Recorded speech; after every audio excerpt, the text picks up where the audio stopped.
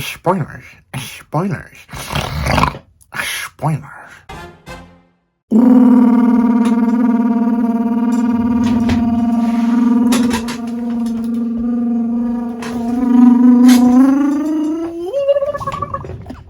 I've actually ran out of air. What's up, guys? That got the pencil here. And we're going to do a spoiler review, discussion, analysis of chapter 132 of Four Knights of the Apple, which is known as, I have no idea.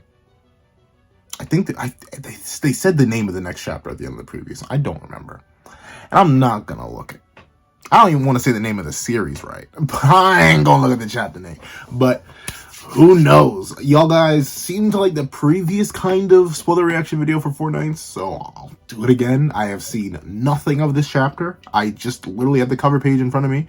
So let's not waste any more time and let's hop right into it. Ending me. Ready? 3, 2, 1, go. What's up, guys? So I got the pencil here. Ooh. Where are you? Where are you?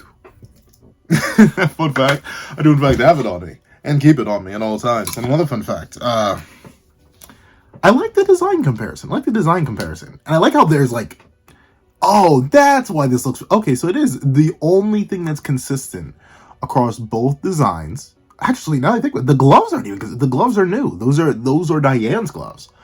And specifically not even season 1 Diane's gloves. Those are Diane's gloves from like season 2 onward, I think. So that's a nice little detail. The only thing that seems to have been taken from the original outfit here, at least if I'm reading this properly, like, shoot, the shoes are different. They're not leggings. What do you call them? The thigh-high socks. They're different. The gloves are different. Like, notably, she had like a weird kind of pseudo sleeve thing before that kind of almost covered her hand. But now she just has the gloves. The top is different. Even the hair is different. The only things that are uniform are the blade itself, which is a nice little detail. She's kept that same sword all these years. I don't know what this is. I have no idea what this little piece is here. Maybe like a map of some sorts. But the only thing that's uniform is, I believe this is called a corset. Your boy does not know clothing. I have like 5 of the same V-neck. They're all black. I was going through a phase. I may still be in that phase, but like legitimately, I have not a clue what you would call this. I think it's a corset. That's the only thing that's uniform across it. The top is different. The bottom is different. Everything else. And I like that, right? It still keeps the aesthetic of the same character. Like, I can still definitively recognize this as Anne. And I think that's why Nakaba kept like certain design details, like the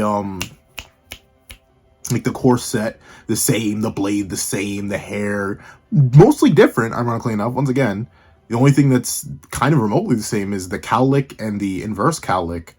But even then, the cowlick on future Anne, or current, well, I guess current Anne, it's not future Anne anymore, it's just current Anne, is a bit thicker than the one that was here before, which is just, I think, single strand. And even the inverse cowlick, I'm not actually sure. I think it's like a fringe. Once again, you look at my hair. What do you think I know about hair? I know nothing. But the inverse cowlick is what I'll call it. Even that's thicker. That's the only thing, along with the braid, that's uniform on the hair, because the rest of the hair is different. This is a ponytail with a, well, I guess the fringe itself is kind of the same too, with the exact same. But yeah, so I'd say the hair is kind of mostly uniform. The only thing that's different is that she has it longer up in a ponytail versus shorter and up in a ponytail, or not up in a ponytail. I thought she did have a ponytail back here though, but I may have been confusing the braid with the ponytail. And the sword and corset. Everything else is different, and I think that's nice. Once again, you still see the same base character. This still does look like Anne. It just looks like Anne 2 years later, Anne grown up.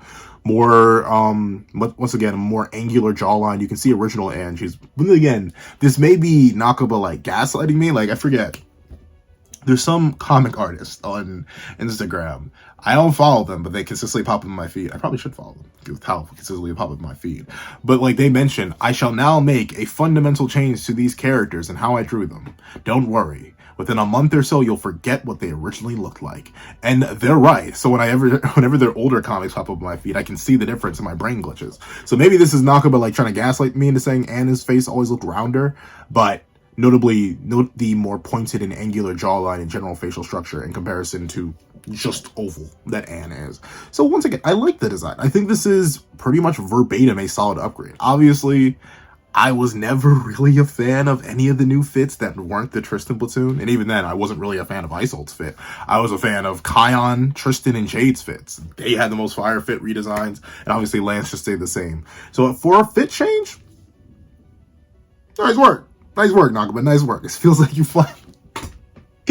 finally decided to get back into his bag. Nakaba, he has some of my favorite clothing designs, period. Like I said, my favorite design from Meliodas is that king attire. Do I wish it was black? Of course, but that's because I'm in the face. But even the blue coat was always heat. So seeing Nakaba go back into his WK design bag, beautiful.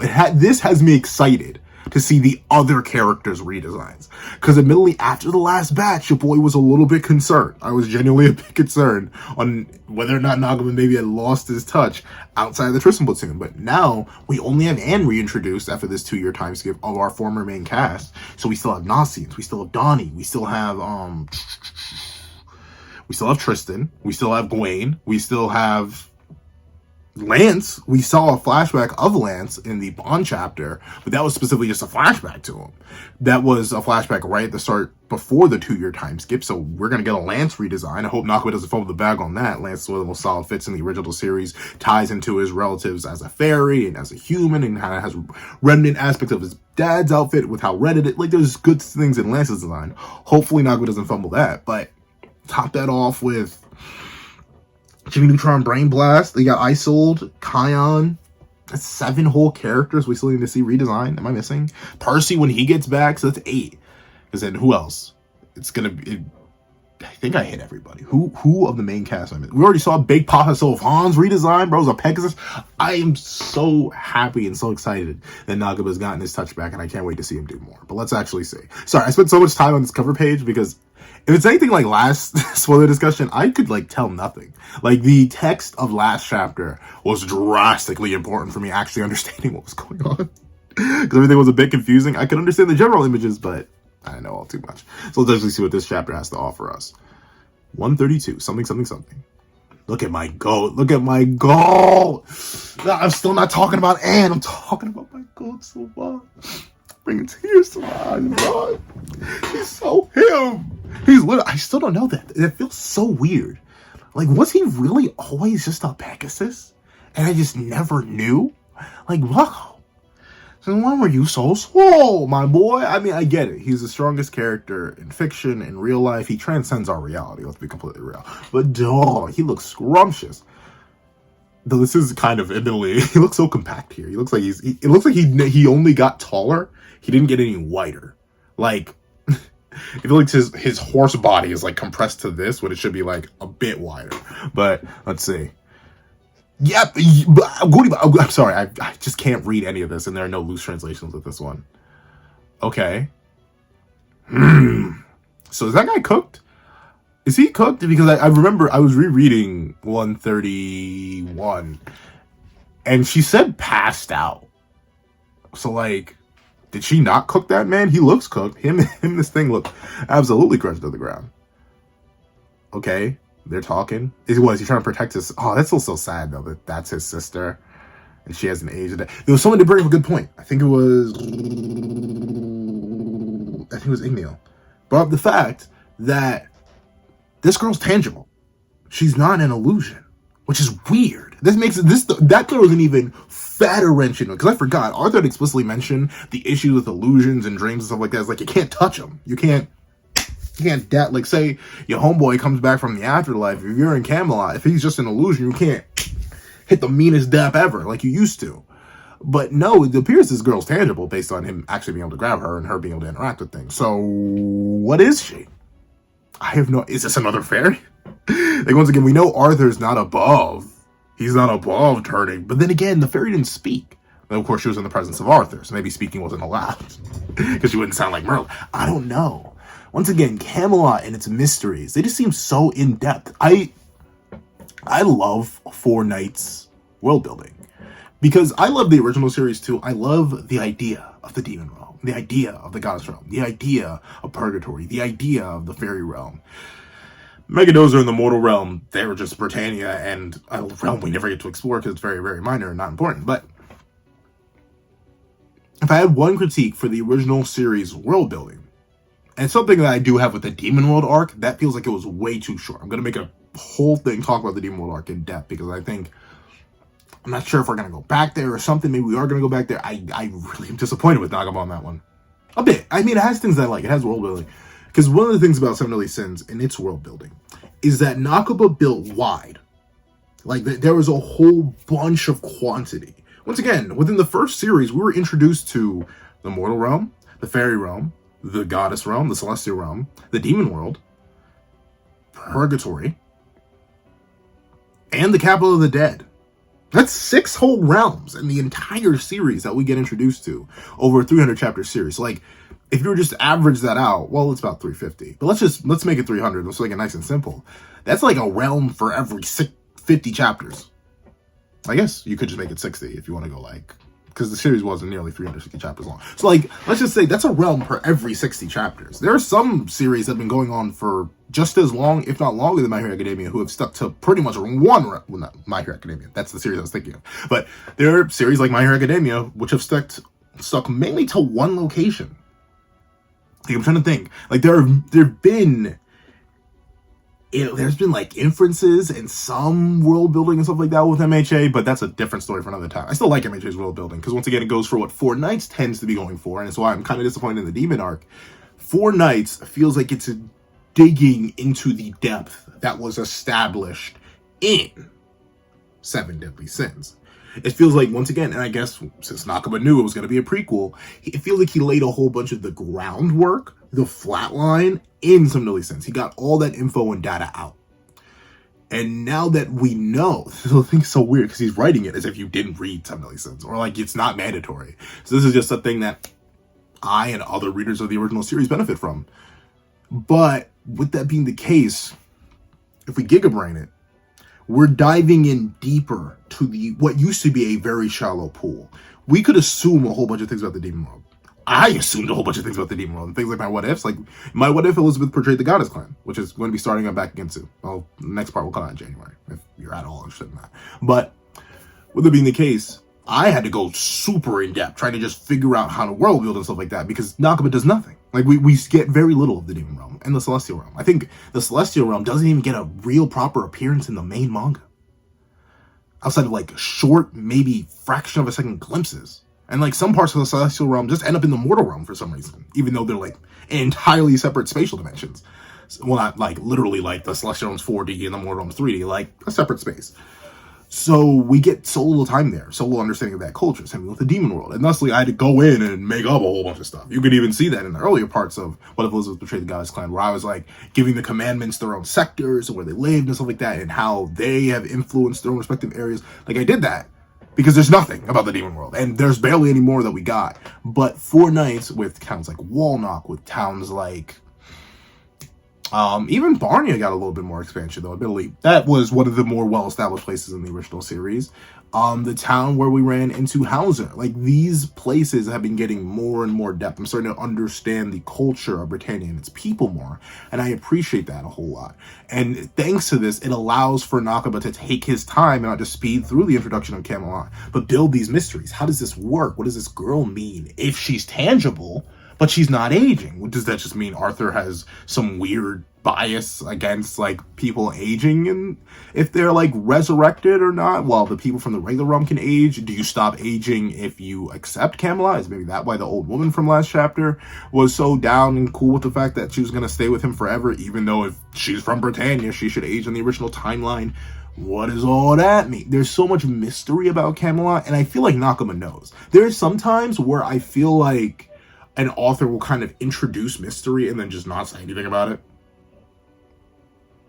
You know exactly who I'm talking about. Gege Akutami. I'm talking about you. No, but like, I love Gege. Once again, JDK right next to Four Knights is probably my favorite new gen. But with that being the case, there are some times where I feel like authors write in mysteries and just do that. Like, they make up an idea like, oh, this could be cool. They leave it there and then they just never touch it again. like opening a plot thread and then never wrapping up that plot thread.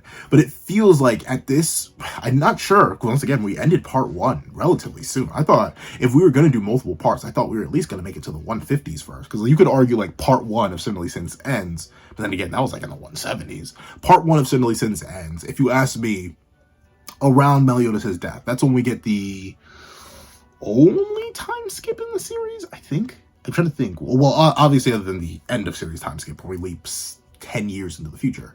But with that being the case, that, in my opinion, is like the end of part 1 for Sin Deadly Sins, and then we leap into part 2. But for this, we ended off part 1 and like a solid part 1. Like, that's just my headcanon part 1 for Sin Deadly Sins. Sin Deadly Sins wasn't actually split into parts. But for this end of part 1 leap, it's feels like Nakaba has a vision. He has a rule set. He has everything, and he's kind of just drip feeding us certain details to get us to speculate. And I like that. It makes reading a manga much more engaging. It allows for me to think more, which, don't get me wrong, I thought a lot about the original series, especially as it was coming out. But in terms of like world depth, how these worlds function, their rules and their operations, no idea. I never thought about that all too much. But now I am. And I like that. So shout out to Nakaba. Let's see, they're talking though. Sorry, I got so sidetracked talking about like world building and stuff like that. But this is mainly what this feels like this is for. And talking some more. Thing's still so ugly, bro. Why is he built like that? Why? Arthur, why are they all ugly? Arthur, you can be on. Are you into it, bro? Whew, drink water. Water be delicious. Water be scrumptious. Cold water especially. I know that's bad for you. Like, you're supposed to drink like, I think you're supposed to drink like warm water or like room temperature water, which usually is warm water. So like, drink water. Just drink the good water. Don't do what do as I say, not as I do fully. But with that being the case, Anne's talking. Okay, it looks like the sister has some sort of faith in Anne, or like at least a question for her, and Anne responds somehow. I don't know. It looks like the brothers calmed down though, which is nice. Once again, I assume I can understand the brothers' fear here though, because like, who are you? Why'd you save us? What are you doing? Because obviously you'd be a bit terrified for things to work out in the way that they have so far. Like, they were literally just about to get sent to, for all intents and purposes, a re-education camp. And by they, I probably mean the brother. Like, once again, I'm not exactly sure if I can trust the sister yet. I don't know. And this is great. I'm not saying this is a bad thing. I don't know enough about Camelot to trust Arthur and any of his ideologies, goals, and dreams. I just don't know. He's a funny fellow right now. And a funny fellow in a good way. Like, I love his characterization in Four Knights. Don't get me wrong about that. I'm not saying there's a bad thing anywhere remotely close about that. But it's just like, I almost want to keep him at arm's length. And anything that has clear, direct connections to Arthur and the way Camelot works, like the little sister here, I'm going to stay away from him with like a 10-foot pole. I'm going to poke at it and be like, are you or are you not you? But let's see. Yabba yabba yabba. Yo gabba gabba. Okay, so they didn't leave. Huh, that's interesting. So they didn't leave. That's... I guess Anne was probably trying to convince them not to leave or something like this. Once again, one of my friends asked me, because they know I do YouTube and they know I talk about anime and manga in particular, and they saw, like, shockingly enough, one of my spoiler discussions for JJK pops up on their feed, and they were like, dude, can you even read that? And I was like, no. and he literally asked me, like, dude, then why do you do it? Because it's just, I like picture books. I like picture books, and it allows for like multiple layers. Because notably, the way my brain works, I'm not sure if this is how other people's brains function. Typically, the more I consume something, the more details I'll notice. It's why I'll like rewatch certain things over and over and over again. Not just because I like my same kind of content regurgitated over and over and over again, but also just because it helps me process things more and notice more details. So the more I do these discussions and the more I break down chapters, the more things I'll notice, the more my thoughts will evolve on them. So that's why I kind of like that I get to do 3 separate videos on one chapter. I get to do the spoiler discussion now for Four Knights and JJK, and occasionally MHA, depending on if I can find the time. And I like how I can do the spoiler discussion, then I can do the live reactions for the patrons and members, which you can check out for as low as $1 a month, or for as low as $3 a month over here on the channel, where you can get the live reaction for these chapters. And notably, those are kind of long in of themselves. Like, those are, like, especially for Four Knights and JJK, those range around the 30-minute mark. Like, I try, I try not to go too crazy because I'm trying to read through them, but like I can't help it. The analysis comes out when it comes out. It usually it's about a solid 30 minutes. So if you want an extra 30, like shoot, last couple of live reactions have been a solid chunk of. If you want some live reactions, more content, it's over there on the Patreon for as low as $1 a month, or you become a member for as low as $3 a month to get that and other perks. But with the sorry, turn to that guy with a Patreon every little bit. Let's see. So this is the original house that they lived in. Do they have jobs? What are you doing, Camelot? Do you just like do you legit just be vibing for real? I mean, it's not like Arthur worries about money. He can just make it. Maybe. Who knows? Let's see. Chatting, yelling, chatting, confusion. Sad Ann. Okay, my God. Oh, wait. He's speaking? Whoa. Like he's speaking out loud. This isn't like, no, we know Sylvan's conscious. This is a weird thing. Like, some animals within the Seven Deadly Sins universe are conscious while others aren't. Like that is a thing. Like we've seen sand crawlers, those mystic beasts. We never heard them speak or communicate or anything. So they aren't conscious. We know Oslo, despite speaking and barking like a dog, he was conscious because he was literally Ro, a whole human being beforehand. And obviously Hawk was, but then Hawk's a purgatory beast. So I find Hawk and Wild kind of exceptions to the rule, but even though we've seen other purgatory beasts that weren't conscious enough to have conversation. But I think this is the first time outside of Hawk that we've seen an animal, well, and Sin, I guess, but Sin is literally Lancelot, a human fairy hybrid, you know, a sentient species transformed to look like something else. But for the main man, Sylvan, I think he's the first guy outside of Hawk and Wild to speak. So is he a purgatory beast? Is that why he like slowly mutated? But then again, it's only been 2 years. I don't know. It's so weird. He's so big. Why is he so huge? I know. He's the strongest in the earth. But also, I've been around horses before. They are big. They are like large.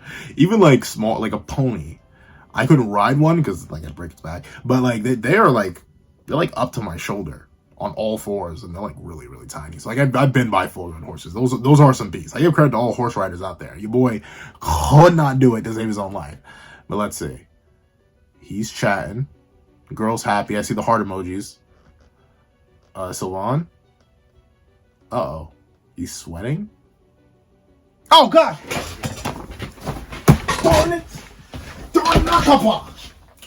I'm getting sick of you now. I'm getting sick of you. I should have... gosh darn, I knew it. God, I didn't know it. Who am I kidding? I didn't know nothing. Gosh darn it.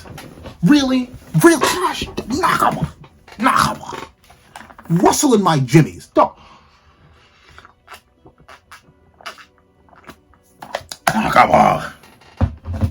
It makes sense though. World of illusions and dreams. But dog, why is he not changed?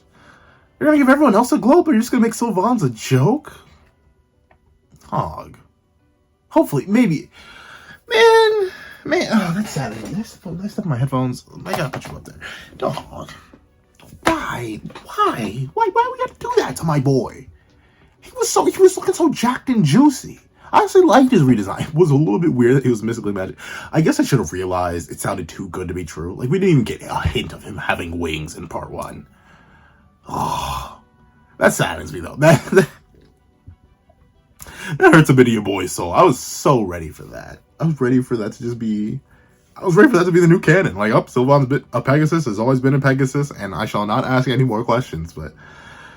Nah, I guess not. I guess Sylvan... has been a chunky horse and stubby horse and will always be a chunky and stubby horse. Oh. So I wonder how that works. Did Anne will him to be like that, or did he will himself to be like that? Once again, Camelot rules are funny. And like the Camelot rules are genuinely funny way, but also like I don't know how any of this functions. She's so did you snot all over her? Once again, how old is she mentally? Like, I don't know. I'm trying to think.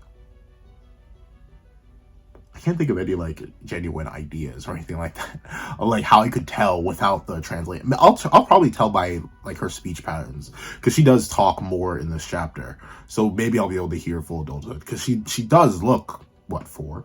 How I forget how old she's supposed to be when she perished in the fire in Britannia. So like I have no idea what her speech patterns are. And notably, it seems like it may have just been her and her brother, considering no one else was trying to escape with them. Once again, I have no idea. Once again, more yelling. Question mark! Exclamation point! Exclamation point! Period. Question mark? Oh, okay, at least Sylvain's getting comforted. But, okay, so I'm assuming this is probably Anne explaining the whole Camelot situation, like why they shouldn't leave, or something like this. Once again, I have not a clue. I can only picture books so hard. Like, this is truly pencil can't read. That guy who can't read. Like, normally I joke about being illiterate, because I can't articulate what a chapter says to save my life, or what a panel says to save my life. I will mess up if I have the panel in front of me and I've been reading it in my head over and over and over again. But man, I got nothing. But let's see. Sylvain, he's just crying. So it's probably a Sylvain exclusive, a Sylvain original thing. He was just like, this is my new form, trademark TM, don't steal. And I guess he stole it away from himself. I still don't know how he suddenly reverted. Like, why did he suddenly become small boy? Let's see. Anger? Bro was nettled all over it. He's yelling so aggressively, and I got none of it. And it looks like him and Anne are having an argument. Something. Okay. Oh shoot! Look at this. Wait a minute. Wait.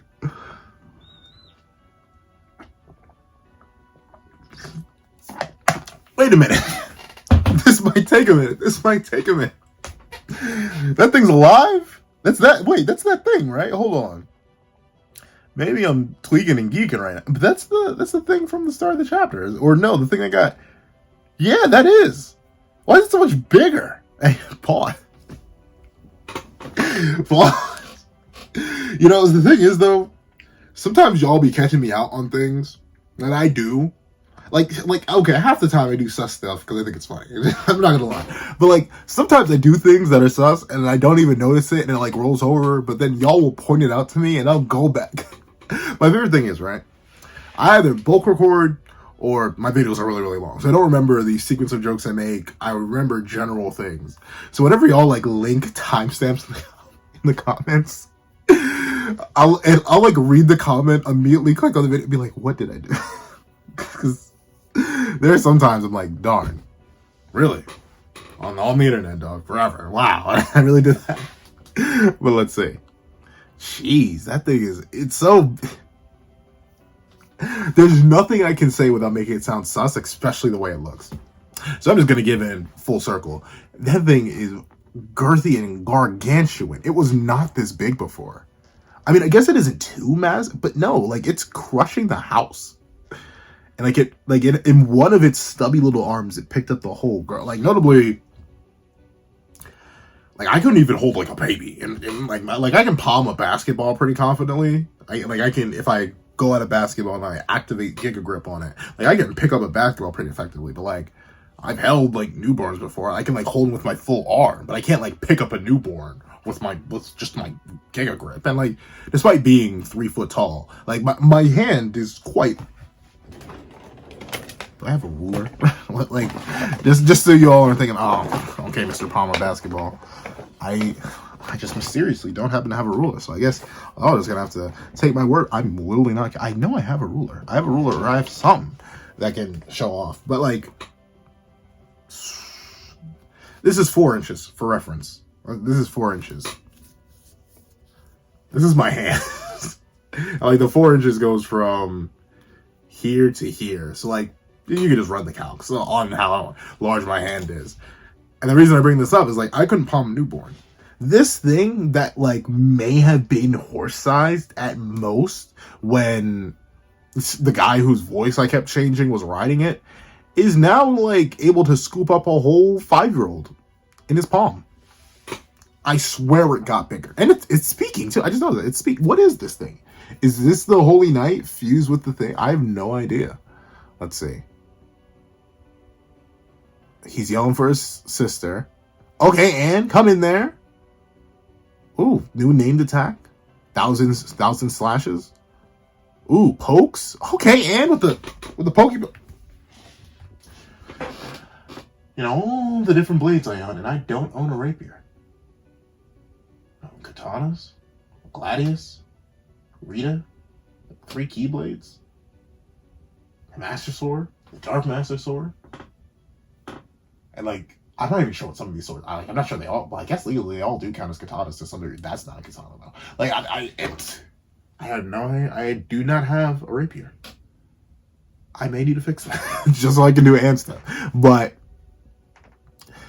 interesting. So she is fast enough to pierce it and make it drop her. Oh, okay. Shout out to Broski for the save.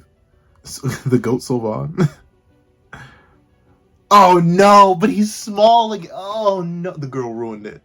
The girl sold them all. No, she made him small Sylvan again. He can't run that fast in his suppressed state. He needs to be in his strongest in the verse state. No. Oh, okay. So he is still. So he woke up. Oh, okay. So this is the knight doing chaos magic, chaos staff stuff in order to make his thing move quicker. Okay. So that's good. I thought the thing was just sentient. It was like, I want all the smoke. Come here. Give it to me. I thought there was something like that. Let's see. And it is moving and like look at the like Silva. I get he's like pony size, but like think of a pony. Like he's only about the size of this thing's head, maybe like a little bit bigger. So it's pretty sizable. Like I swear it's gotten girthier. Why is it always girth? Why is it always girth? I can't. What am I supposed to say? It got bulkier. It got fatter, thicker than a Snicker. I'm just at a loss. There's nothing I can do. It always goes back. It's an eternal cycle, an endless loop. I'm always lost in the darkness. But let's see. Okay, we got some internal Sylvan monologue. I guess this is Anne like going, go faster. What are you doing? And Sylvan's like, oh shit. You know, say I'm my strongest in the verse state. It's kind of hard. Let me go back to base. Let's see. Oh, this thing is coming. See, okay, that's not my fault, though. That's not my fault. Like, it's like how I can't ever hear someone call someone else daddy and not like let the internet have ruined that word for me. Like, when I'm that dad with a pencil, like they're gonna have to call me pops, dad, father, progenitor. Like they're gonna have to call me something else. They can call me pencil for all I care. Like, man, it's just I can't. Just the internet's ruined it. Like, just like coming. Like I can't even say it. Oh Lord, the only time I can say it normally, I just think of it as a joke. Is like, oh Lord, he coming, because that reminds me of the. I forget, was that a chunky dog or a chunky cat? I forget where that original sound comes from. But I think it's one of those two. But that's still one of my favorite videos of the internet to this day. Oh Lord, he coming. Typically, that's how whenever I'm hanging out with my friends, that's how I announce that I'm like in their location or I'm there or I'm almost there. I'm like, oh Lord, he coming. Oh Lord, he there. But let's see. Oh, it's got wings. Well, yeah, we knew it had wings. It's flapping the wings. Is it really struggle? Oh shoot. Looks so raw. Lightning tip tail. This thing, like Arthur. Do you just be thinking of these things? Like, I don't know. If I had like the power of imagination at my disposal, with like lightning, like a lightning mosquito, human face bondage, winged dragon beast be the first thing that came to mind. And this is Chaos. Is Chaos a freak? Presumably Chaos is a freak. But like, I don't know, dog. This is just it's a lot. It's a lot. It's a lot for so little. If you know what I mean. Like it is doing so much. It's by being so irrelevant. But let's see. Jeez, and it's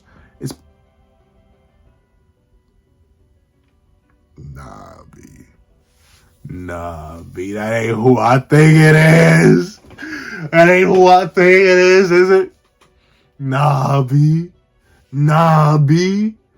Lightning. Look at my boys. Yo.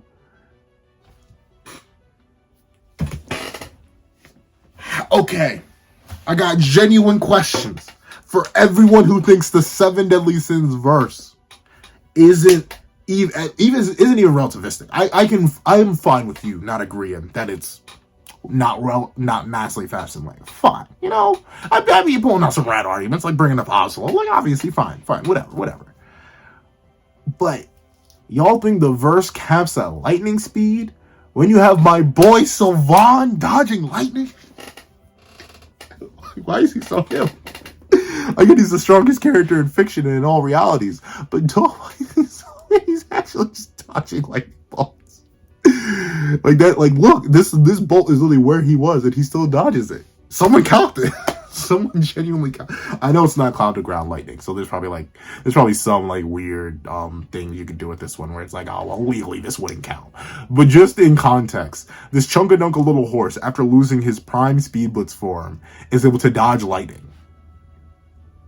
Like I'm gonna make a video about this one day, but like ironically enough, when you look at speed scaling for 7 Deadly Sins, the duology especially, like lightning's the more inconsistent speed tier. It's like relativistic to light speed and beyond when you really think about it.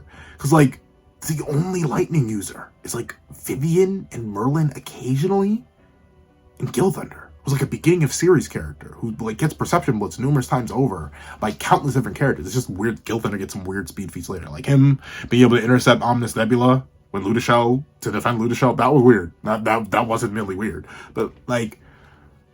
Light is more consistent. The goddesses wield light. Gotha wields light.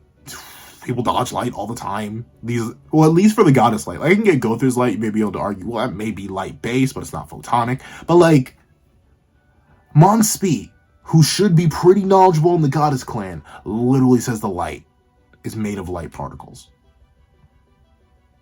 Like, they control and manipulate light particles. What are light particles? Photons. But I'm sorry, I'm getting distracted on a completely different topic because the GOAT distracted me with his legendary movement speed. But is this him? He's looking just like his uncle.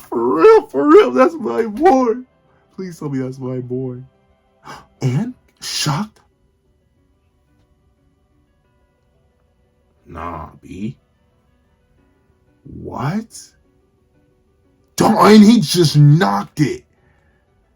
He just lifted it and knocked it. There's only one man. Shock horror? More shock horror? It's crazy to think these two are like mentally the same age, even though they're completely physically different. But and don't be letting out a rude breath. Is that okay? So Fawn, your neck is looking inhumane. You're looking like a why is it that long? Something about that neck image. No, why did you make it so long? It reminds, like, I think pygmy giraffes are a thing. Like a little mini giraffe. Like, looks like a mini giraffe now. Like, he's supposed to be chunka. He's not supposed to be long. He's such a long boy, right? I don't know why. That image just tickles a part of my soul. But I think that's my, and he lifted up a whole. The Demon World, I may have a bunch of issues with the Demon World arc for how it underutilizes certain characters, how we don't get certain character interactions, and whatever of those character interactions that we do get, they're very minor and quick for a series that's been so far based on world building and character interactions. But if there's one thing I'm liking, it's these setups and payoffs from the Demon World arc. I didn't mention it last review, but Anne getting a better understanding and knowledge and able to utilize her magic even better, that's a payoff from the Demon World arc. And obviously, like, her combat ability rising up and probably her stamina increasing. But it's mainly the understanding of her magic, which is what needed to be promoted from the Demon World arc. That was set up, has been paid off so far in part 2. And what was Donnie's goal in part 2? Lift bigger and heavier stuff from a range. And look, I think this is my boy. Because he lifted up the whole island. Remember when he was struggling to lift up the building that was decently far away? Admittedly, he's right on top of this, so like maybe his range isn't all that much better. But in terms of sheer lifting strength, it's not Mother Catastrophe or anything. Don't think I'm gonna say something as crazy as that, but So this is like giant tier stuff here. Like I could see Matrona whipping this out on somebody and throwing it at him. I think this is my boy. It's him, it's my boy. Oh, it's my son. One of my many sons in Fortnite. Look at him. He is just his unk. He is just who let him in the gym?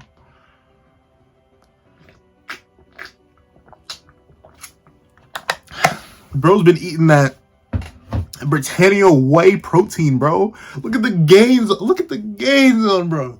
Donnie, my inspiration. Donnie, you gonna get me back in the gym, broski. Donners. Ah, look at him. Jack, I think that's literally a Hauser's design. Like there may be like a difference in the he doesn't have a dagger yet. He just fully gave up on the dagger, huh?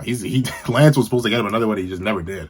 But look at the fit. Look at the fit. The sleeveless open jacket. Him and me, we go through the same fit. Though admittedly, his V-neck is like, might as well not even be a V-neck. That thing's practically just like a tank top with a V in it. Because like my V-neck closes around the neck. But like his, it just shows off. Like it's a lot lower cut. Like essentially Donnie's V-neck, like it starts here because you can see a whole bunch of his upper pectorals, and then it like goes up around. And I'd say more. Like, the jacket's covering the shoulders, but I don't think the shirt covers the shoulders. It may be, like, literally a fusion of a V-neck and a tank top. And the pants, legit, once again, he's just hitting. These are good design. This is good design work from Knock. And I know this, it should be, like, blasphemous. Like, oh, well, Pencil, you design the characters. And to that I say, maybe I will. Who gonna stop me? I'm not just that guy with a pencil. Oh, I got multiple, so don't tempt me. Don't get me to designing characters. Now, I've designed some characters, but really, if the need calls for it. But I ain't even gotta redesign him no more. Cause he looks so drippy. From the sleeveless jacket. I mean, the rings are they're kind of much. But, you know, like, I take extra little design details on clothes like that as, like, Nakaba-ism. Like, I remember when the KH3 designs first came out, and like one of my friends immediately said, "Where are the belts? Where are they?" And I was like, the more isms calm down. Yeah, everyone was complaining about he puts too much belts on things, so he took away all the belts. And he's like, "No, I need the belts." So it looks like Nakaba hasn't given up on the Nakaba isms of just adding some random stuff. Once again, it adds detail, it adds dimension, and I like it. And I like how the oh, that's sweet. I think that's I'd have to look at his original design. Hopefully next chapter opens up with, I'm thinking about next chapter. I'm on the spoiler discussion of this chapter. This is going on for way too long. But I like how the shield he has on his left, I think that's the centerpiece that he had on his old fit. And why does he have that on, strapped to him? Because it has the Ouroboros symbol. It has what represents Percy, which is fantastic. Shout out to the Donnie. He even got the right looking shoe. Donnie is fitted up right now. Am's fitted up. Donnie's fitted up. You know, Nasians is gonna be so drippy. Yo, Nasians is gonna be dripped out. He's gonna be dripped out. Yo, Nasians, I'm so excited.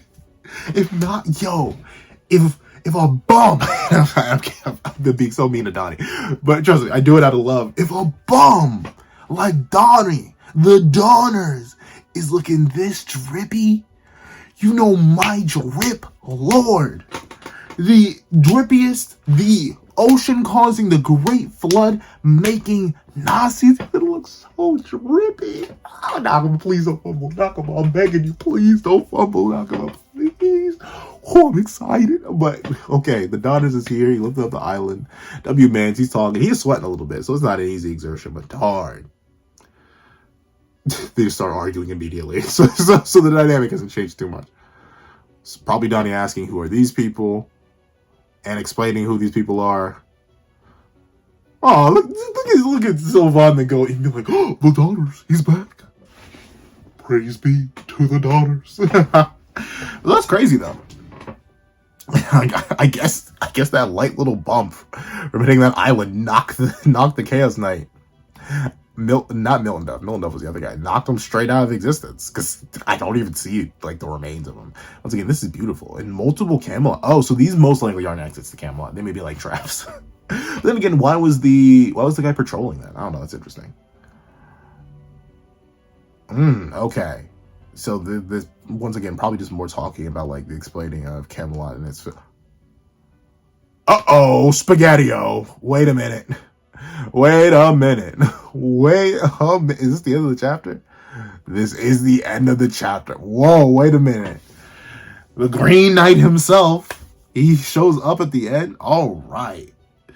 So, if you couldn't tell by how long I was yapping, it's been so long since I looked it up, you may have forgot I had it on me, but let me. Ooh, that was a weak pop, but yeah, yes, this chapter is in fact worthy off the spoilers alone. Once again, this is a chapter that will be benefited massively by actually knowing what the characters are talking about. We may be getting some explanations, we may be getting some more theory crafting, but obviously, you know what this chapter's here for. It's a return of the Dawners. I guess that's what this whole chapter was building to, which was very, very nice. I like the return of the Dawners.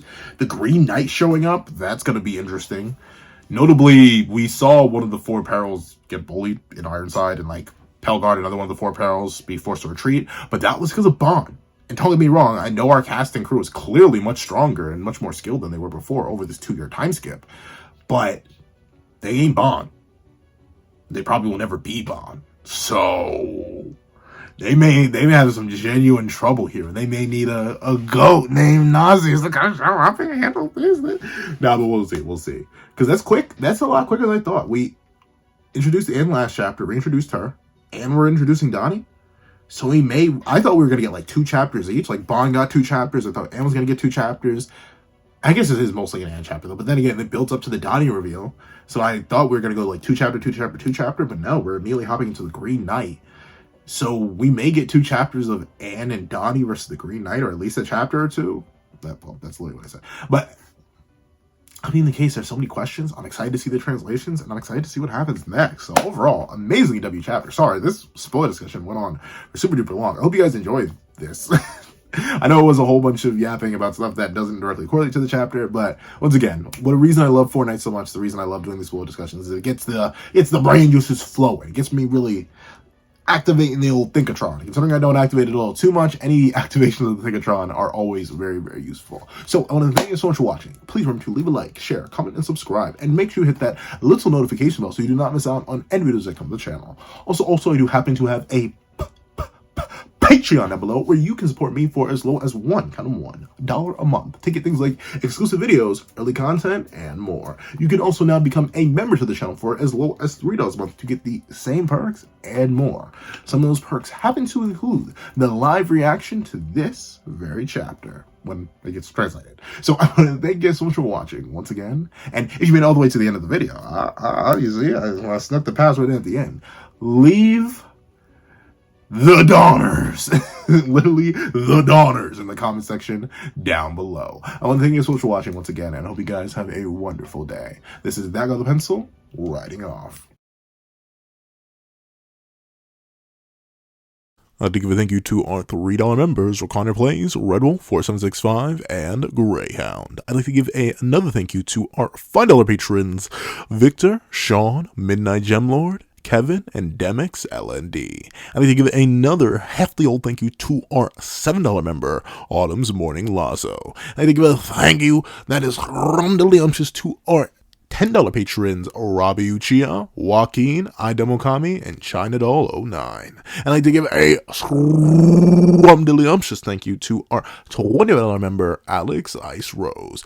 And I'd like to give a fat, hefty, and girthy thank you to our $25 patron, Calvin Elder.